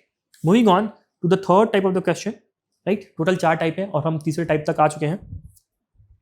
नाउ आप देखोगे तो ये क्वेश्चंस ना स्टेटमेंट बेस्ड होते हैं, ना स्टेटमेंट के साथ कंटिन्यू कर रहे होते हैं। ये क्वेश्चंस डायरेक्टिव्स बेस्ड होते हैं मोस्टली। वैसे तो सारे क्वेश्चन डायरेक्टिव बेस्ड होते हैं, बट इनकी फ्रेमिंग बाकी क्वेश्चन से अलग है, इसलिए हमने इनको इस कैटेगरी, थर्ड कैटेगरी में डाला हुआ है, राइट। अगर आप देखोगे क्वेश्चन, तो यहाँ क्या लिखा हुआ है, analyse the role of local bodies in providing good governance at local level, bring out the pros and cons of merging local bodies with urban local bodies, merging rural local bodies with urban local bodies. तो यहाँ पे analyse लिखा हुआ है, आप देखोगे यहाँ पे डिस्कस लिखा हुआ है, उसके बाद क्वेश्चन यहाँ चल रहा है आगे। अगेन यहाँ देखोगे क्रिटिकली एनालाइज लिखा हुआ है, यहाँ एक्सप्लेन लिखा हुआ है, यहाँ एस्टिमेट लिखा हुआ है, right. Moving on, again is explain, comment, what is demographic dividend in the is world is moving towards such a situation, elaborate. So हर एक जो डायरेक्टिव है, elaborate, explain, comment, right, estimate, explain, critically analyse, ये आपको एक approach बताता है कि किस तरीके से आंसर को एड्रेस करना है, राइट। जिसपे हम सेकंड वीडियो एक बहुत ही इन डेप्थ लेके आने वाले हैं, बट यहाँ पे आपको इसकी स्ट्रक्चरिंग सीखने के लिए क्या करना होगा वो मैं बताऊंगा, राइट। तो इस तरीके के क्वेश्चंस को कैसे आप डील कर सकते हैं उसको समझने की कोशिश करते हैं, और इनमें से कुछ क्वेश्चंस को डिस्कस करते हैं। तो जो पहला क्वेश्चन है, एनालाइज, राइट। तो डायरेक्टिव हमको पहले ही मिल गया, क्या, analyse the role of local bodies in providing good governance at local level and bring out the pros and cons of merging the rural local bodies with urban local bodies, right. और ये 2024 का ही question है। तो statement based question है नहीं, क्या statement के साथ कंटिन्यू कर रहा है नहीं, ये डायरेक्टिव बेस्ड क्वेश्चन है डायरेक्टली, राइट। तो स्टेप 1 हमने आइडेंटिफाई कर लिया फ्रेमिंग ऑफ द क्वेश्चन को, राइट। स्टेप 2 क्या है, हम क्या निकालेंगे, थीम और डिमांड निकालेंगे, इस क्वेश्चन की थीम और डिमांड निकालने की कोशिश करेंगे, ठीक है। थीम क्या है इस क्वेश्चन की, अगर आप देखोगे तो क्वेश्चन लोकल बॉडीज पे बना हुआ है, ठीक है। Urban local bodies, rural local bodies, obviously ये क्वेश्चन लोकल बॉडी यानी कि थर्ड ईयर ऑफ गवर्नमेंट पे बना हुआ है, दैट इज द थीम, या कि local bodies is the theme of the question, जो कि आप इंट्रोडक्शन में एड्रेस कर सकते हैं। नाउ आप इसके लिए कॉन्स्टिट्यूशनल अमेंडमेंट डाल सकते हो या कॉन्स्टिट्यूशन के पार्ट्स बता सकते हो जो लोकल बॉडीज के साथ रेफरेंस में है, राइट। उसके बाद इस क्वेश्चन की अगर आपको डिमांड निकाली होगी तो सबसे पहले आप इस क्वेश्चन को ढंग से वापस से पढ़ते हैं। Let me erase the things for you. आपसे क्या क्वेश्चन पूछ रहा है, analyse the role of local bodies in providing good governance, यानी कि role of local bodies in providing good governance at local level. तो आपको जो एक्सप्लिसिट डिमांड मिली हुई है, यहाँ पे क्या मिली हुई है, डिमांड जो आपको मिली हुई है दैट इज D1 की रोल बता दो लोकल बॉडीज का, role of local bodies in good governance, right, role of local bodies in good governance, ठीक है। बट अब आपको डायरेक्टिव भी देखना पड़ेगा कि एनालाइज लग क्या आया इसके साथ, यानी कि आपको इनका रोल पॉजिटिव एस्पेक्ट तो बताना ही है, बट इन्होंने सारे चैलेंज, यानी कि आपको इनका पॉजिटिव एस्पेक्ट तो बताना ही है, बट क्या चैलेंजेस रह गए हैं लोकल बॉडीज के पास जिसकी वजह से गवर्नेंस अभी तक फुल प्रूफ नहीं हो पाया है, वो चैलेंजेस या लिमिटेशंस भी बतानी पड़ेंगी, राइट, इस पर्टिकुलर पार्ट के लिए ही। उसके बाद आप जाएंगे किसमें, and bring out the pros and cons of merging rural local bodies with urban local bodies, यानी कि मर्जिंग रूरल लोकल बॉडीज और अर्बन लोकल बॉडीज का क्या प्रोज होगा, क्या कॉन्स होगा, उसको आप टेबल फॉर्मेट में यहाँ पे बना के दिखा सकते हो। तो हमारे पास डिमांड 1, डिमांड 2, डिमांड 3 मिली। डिमांड जो 2 है वो हमको कहाँ से मिली, फंक्शन ऑफ डायरेक्टिव, यानी कि स्टेप 4 लगा के। तो after certain point of time देखोगे तो स्टेप 1, 2, 3, 4 आपस में एक साथ इंटरप्ले होके आपको ये सारी चीजें मिल रही होंगी, ठीक है। और स्टेप 5 जो होगा हम इसका IBC ड्रॉ करने की कोशिश करेंगे, that is in the next page. तो अगर आप देखोगे तो मैं एक पेज लेता हूँ आपके लिए, और ये 10 मार्क का क्वेश्चन था, तो मैं यहाँ पे 2 पेजेस लेता हूँ, पेज 1, पेज 2। इंट्रोडक्शन में लोकल बॉडीज का रेफरेंस देंगे, डेमोक्रेटिक डिसेंट्रलाइजेशन कीवर्ड यूज कर सकते हो, 73rd and 74th amendment use कर सकते हो, right. All these things you can write to write a better introduction, right. Local bodies आप यहाँ पे के बारे में लिख सकते हो। दो फर्स्ट डिमांड जो रहेगा वो कहाँ क्या रहेगा, role of local bodies in good governance, right. इसके अंदर आप आराम से 4 से 5 पॉइंट लिखोगे। उसके बाद आप क्या करोगे, क्या लिमिटेशन रही है उसको हाईलाइट करोगे 1, 2, 3, 4, 5 पॉइंट में। उसके बाद एक टेबल ड्रॉ करोगे, आप बताओगे क्या प्रोज एंड कॉन्स रहेंगे merging urban local bodies with rural local bodies, तो इसके अंदर भी आप 4-5 पॉइंट डिस्कस कर सकते हो। देन आप यहाँ पे अपने आंसर को कंक्लूड कर सकते हो। तो this is going to be a structure for this particular question. एक और क्वेश्चन देखते हैं। Now this is the second question with directive. तो इस क्वेश्चन की स्ट्रक्चरिंग को ड्रॉ करने की अगर हम कोशिश करेंगे तो step 1 is what, this question is with the directive. अब देखो यहाँ पे एक्सप्लेन लिखा हुआ है, the significance, to what extent is the new directive, right. तो डायरेक्टिव यहाँ पे लगा हुआ है, एक एक्सप्लेन और एक to what extent.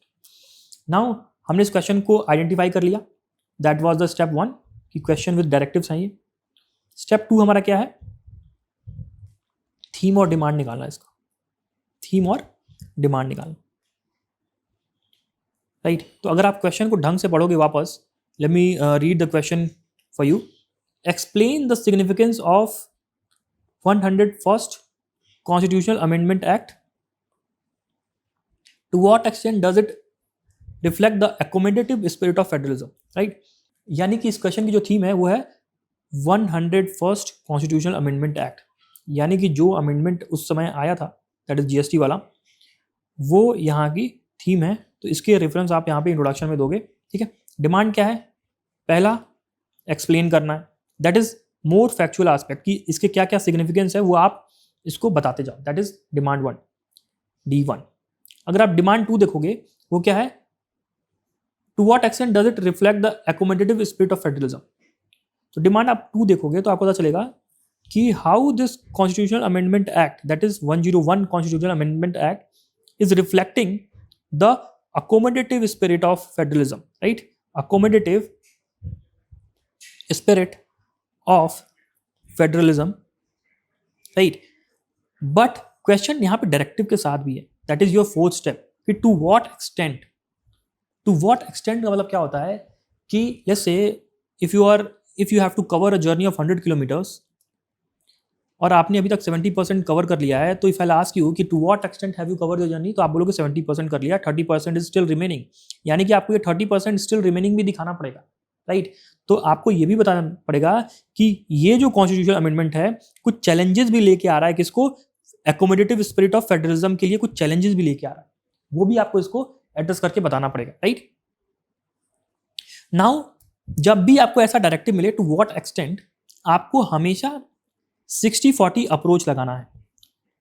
60% you have to discuss in the for side. जो भी स्टेटमेंट आई है कि 101st constitutional amendment act reflects the accommodative spirit of federalism, तो यानी कि आपको इस पे ज्यादा पॉइंट लिखने हैं। एंड 40% जो है आपको क्या लिखना है? चैलेंजेस वाले पॉइंट्स लिखने, राइट? तो 60-40 अप्रोच आप यहाँ पे लगा सकते हो। एंड जब आप चैलेंजेस डिस्कस करोगे तो डेफिनेटली आप छोटा सा वे फॉरवर्ड भी बना सकते हो depending upon the page space that you have, और सजेस्टिव टोन देके एंड भी कर सकते हो, या समरी के साथ भी एंड कर सकते हो, राइट? या बैलेंस्ड आर्गुमेंट लेके भी कंक्लूड कर सकते हो, ठीक है? तो अगर मैं इसका IBC ड्रॉ करने की कोशिश करूं, that is the 5th step. तो let me take a page for you. ये 10 मार्क का क्वेश्चन है, तो 2 पेज लगेंगे, that is page 1 and page 2। 101st amendment act के बारे में क्या ऑब्जेक्टिव था उसका, वो मैं यहाँ पे बताऊंगा, सो दैट मेरा इंट्रोडक्शन थीम के साथ अलाइन हो पाए। जो फर्स्ट डिमांड होगी that is explain the significance, उसके लिए मैं यहाँ पे 4 से 5 पॉइंट लिखूंगा। दूसरा डिमांड हमारा क्या है? How this particular amendment is reflecting what? The accommodative spirit of federalism, तो दैट विल बी डिमांड 2, जिसके लिए मैं अगेन 4 से 5 पॉइंट लिखूंगा। फिर मुझे डायरेक्टिव का फंक्शन पता चला कि मुझे बियॉन्ड डिमांड भी जाना पड़ेगा, कि there are challenges still remaining, right? तो मैं उसके लिए डायग्राम भी बना सकता हूँ, राइट? अगर मुझे ऐसा पता चल रहा है कि मेरा पेज स्पेस खत्म हो रहा है विद दिस पर्टिकुलर थिंग, ऊपर वाली डिमांड्स को एड्रेस करने में अगर मेरा पूरा पेज स्पेस खत्म हो रहा है, तो I can use this particular diagram also, but मैं किसी भी डिमांड को मिस नहीं करूंगा, राइट? तो मैं इसका ऐसे यूज करके और यहाँ पे सजेस्टिव टोन देके या बैलेंस्ड आर्गुमेंट देके जो है कंक्लूजन कर दूंगा, राइट? तो ये सारी चीजें क्वेश्चन को देखने के बाद within 30 second to 1 minute ये डिसाइड होनी चाहिए अगर आपको एबव एवरेज परफॉर्म करना है। फॉर एग्जाम्पल अगर आप देखोगे बहुत सारे एस्पिरेंट जो हैं वो GS2 में 130 से ऊपर नंबर लेके आ रहे हैं, वहीं बहुत सारे एस्पिरेंट जो है GS4 में 140 के आसपास नंबर लेके आ रहा है, जहाँ पे जो एवरेज स्कोर है 120 का स्कोर है या 110 का स्कोर है। तो एवरेज से एक्सेप्शनली वेल ऊपर परफॉर्म करने के लिए ये जो सारी चीजें हैं आपको within 30 second to 1 minute आपके दिमाग में आ जानी चाहिए। उसके बाद आप अपने कंटेंट को यूज करो। इस वीडियो के स्टार्टिंग में ही मैंने आपको बताया था, जब मैं स्ट्रक्चरिंग वाला एस्पेक्ट आपके साथ डिस्कस कर रहा था, कि यूपीएससी में सिर्फ कंटेंट ही इंपॉर्टेंट नहीं होता, how you present it is also important, and that is why the structuring of the answer come into the play. तो उस तरीके से अगर आप देखो, this is how you have to structure your answer, right? तो अगर आप चाहते हो कि आपके 20 के 20 क्वेश्चन में एक कंसिस्टेंसी दिखे, प्रॉपर स्ट्रक्चर दिखे, तो आपको ये वाली जो स्किल है वो मास्टर करनी पड़ेगी, इस स्ट्रक्चरिंग को सीखना पड़ेगा, राइट? सिमिलरली एक ये क्वेश्चन है जो आप लगाओगे, टैकल करना होगा। आगे बढ़ेंगे, ये मुकुंद की कॉपी है जो हमारा ये स्टूडेंट रहा है। सिमिलरली आप चाहो तो ये स्क्रीनशॉट्स दे सकते हो, हम पीपीटी दे देंगे, आप एनालाइज करना, और जो डाउट्स आए आप हमसे पूछ सकते हो थ्रू व्हाट्सएप। आप अपने असाइनमेंट सबमिट करते समय वो सारी चीजें लिख सकते हो, हमारी टीम आपको कॉन्टैक्ट जरूर करेगी। Now again this is one more screenshot, ये पीपीटी आपसे शेयर हो जाएगी, आप इसको एनालाइज कर सकते हो। तो फाइनली हमने जो यहाँ सीखा उसको लगाया। अगेन हमने यहाँ क्या देखा, इस वाले क्वेश्चन में टू व्हाट एक्सटेंट लिखा था, तो हमको 60-40 अप्रोच लगाना पड़ता, तो 60-40 लगा के हम यहाँ पे बियॉन्ड डिमांड गए। नाउ अगर आप इसका स्क्रीनशॉट लेना चाहो तो ले सकते हो। Let me just erase everything for you. The fourth and the last type, the questions with direct explicit demands, right? ऐसे क्वेश्चंस जो है वो सिंपल होते हैं और बिगिनर एस्पिरेंट्स भी इनको बहुत अच्छे से कर पाते हैं। जो टफ टाइप के क्वेश्चंस होते थे, थोड़े कॉम्प्लेक्स, उनकी स्ट्रक्चरिंग हमने पहले 3 में देख ली। This is the 4th type. इसको हम देखते हैं। Let's see few questions in this particular type, right. अगर आप देखोगे तो distinguish between care economy and monetise economy, simple आपको टेबल ड्रॉ करके डिस्टिंग्विश करना है, right. How can care economy be brought into monetise economy through women empowerment. Directly आपको बता दिया है कि क्या डिमांड है, ठीक है, आपको दिया हुआ है। इसमें फंक्शन ऑफ डायरेक्टिव का बहुत ज्यादा रोल नहीं है। अगर आप यहाँ देखोगे what are the major challenges, direct पूछ रहा है। State the measures taken by the government, direct पूछ रहा है। What are asteroids, again direct पूछ रहा है। How real is the threat of them causing extension of life, what strategies. तो इस तरीके के जो भी क्वेश्चंस होते हैं they are very direct, they are very easy to handle, और even beginner aspirants can handle them very effectively. But the thing is कि जो यूपीएससी में जो 20 क्वेश्चन का जो पेपर होता है ना, वो उसमें सिर्फ ये डायरेक्ट क्वेश्चन नहीं होते, उसमें अदर टाइप्स ऑफ क्वेश्चंस भी होते हैं जो हमने ऊपर डिस्कस किए, और आपको इन 20 के 20 क्वेश्चन में कंसिस्टेंटली बेटर परफॉर्म करना होता है। इसलिए आपको ऊपर के जो 3 टाइप हैं उन पर ज़्यादा मेहनत करनी पड़ेगी। These are the types which are comparatively easy, right. इनको कुछ एग्जाम्पल इनके ले लेते हैं। फॉर एग्जाम्पल अगर आप देखोगे, अगेन यहाँ पे एक ये भी क्वेश्चन दिया हुआ है, तो एक क्वेश्चन को देखेंगे और समझ जाएंगे कैसे इसको कर सकते हैं। तो यहाँ क्वेश्चन लिखा है, what were the major technological changes introduce during the सल्तनत period, how did those technological changes influence the Indian society, right. तो यहाँ पे आप देखो सल्तनत पीरियड थीम है आप क्वेश्चन का। अगर मैं यहीं पे पेपर ड्रॉ कर दूँ 1 और 2, 2 पेज में लिखना है, 10 मार्क का क्वेश्चन है। थीम हमको सल्तनत पीरियड मिल गई। यहाँ पे हम उसके टाइम पीरियड के बारे में बता सकते हैं, इंपॉर्टेंट रूलर्स के बारे में बता सकते हैं, या टेक्नोलॉजिकल चेंजेस का रेफरेंस देके कंटेक्चुअल इंट्रोडक्शन भी बना सकते हैं। उसके बाद आपको सीधे यहाँ पूछ रहा है what were the major technical changes introduce during the सल्तनत पीरियड। सिंपल आप डिमांड 1 बनाओगे और यहाँ पे 4 से 5 पॉइंट उसके लिए लिखोगे, right. Similarly how these technological changes has influence the Indian society, simple ये हेडिंग यहाँ डिमांड 2 की बनेगी। अगेन यहाँ से 4 से 5 पॉइंट लिखोगे एंड देन यहाँ पे कंक्लूड कर दोगे। तो इस टाइप के क्वेश्चंस में ज़्यादा प्रॉब्लम्स नहीं आती है। तो क्वेश्चन में आपको टॉपिक बहुत इजीली मिल जाता है और डिमांड्स डायरेक्टली दी हुई होती हैं। सारी डिमांड्स बहुत डायरेक्ट होती हैं, इसलिए आप इसको बहुत अच्छे से निभा सकते हो। और यहाँ पे आपका कंपैरेटिव एडवांटेज ज़्यादा बन नहीं पाता क्योंकि सभी लोग अच्छा परफॉर्म कर रहे होते हैं। इसलिए जो ऊपर के 3 टाइप्स हमने देखी उसको आप बहुत अच्छे से प्रैक्टिस करना और समझने की कोशिश करना, राइट। मूविंग ऑन, जो भी क्वेश्चन हमने असाइनमेंट के लिए छोड़े थे उन असाइनमेंट्स को करके आप इस QR कोड के थ्रू हमें भेज सकते हो। हमारी टीम आपके असाइनमेंट को चेक करेगी और आपको कॉल देगी। ऑल्सो अगर आप बहुत कॉन्फिडेंट हो कि आप इस बार प्रीलिम्स क्लियर कर रहे हो क्योंकि अभी तो रिजल्ट नहीं आया है, तो and if you are exploring for mains program जो आपको इन 3 महीनों में हेल्प करे इम्प्रूवमेंट में, तो इस QR कोड के थ्रू व्हाट्सएप नंबर पे हमें आप मैसेज भी कर सकते हो।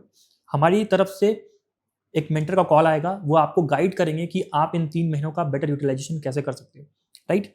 ऑल्सो प्लीज़ जो दूसरा वीडियो आने वाला है which will be release by tomorrow, उसको आप जरूर देखना। That will be on the function of directive. Also इस कोर्स का आप मैक्सिमम यूटिलाइज कीजिए और अपने आंसर राइटिंग को इंप्रूव कीजिए सो दैट आप मेंस में ज़्यादा से ज़्यादा नंबर लेके आ पाए। Thank you and stay tuned with civils daily IAS।